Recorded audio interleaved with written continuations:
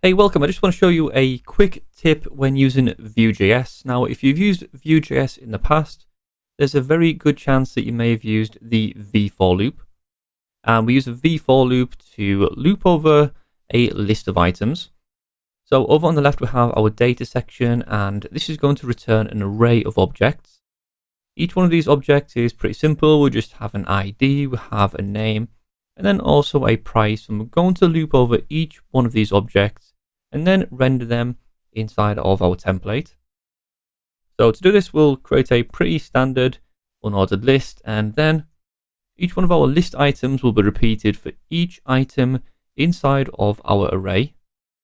Now, to repeat this, what we want to do inside of our list item is to use the v-for directive, which is going to essentially create a for loop. Now, we want to loop through all of our pizzas, and we can store these inside of a variable called pizza. So this will be pizza in pizzas.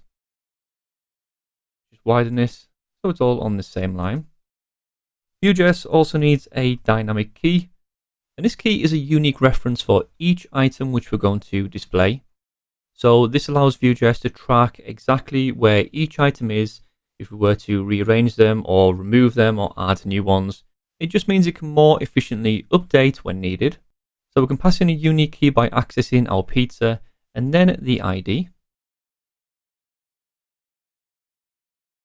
And then inside of here, we're going to add a span element, and the first line is going to display the pizza ID. Duplicate this 2 more times, and the second one will access the pizza name. And the third value will display the price. So this is our 3 items. We have the ID, the name, and the price, and we access all of these on this pizza object. And this works perfectly fine. But one thing we can do in Vue.js is to make use of destructuring. This will allow us to unpack each one of these properties inside of the objects and then store them into variables.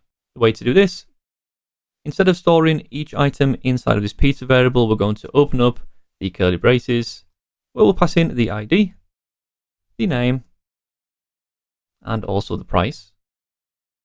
This now means that inside of our pizzas array, we'll grab a particular object, and then we'll store the ID, the name, and price inside of these variables.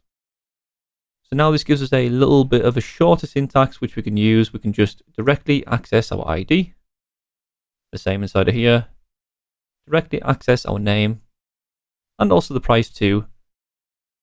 Save this, and this still all works. So this is just a quick shorthand if you don't want to use the variable name to access each property inside of our object.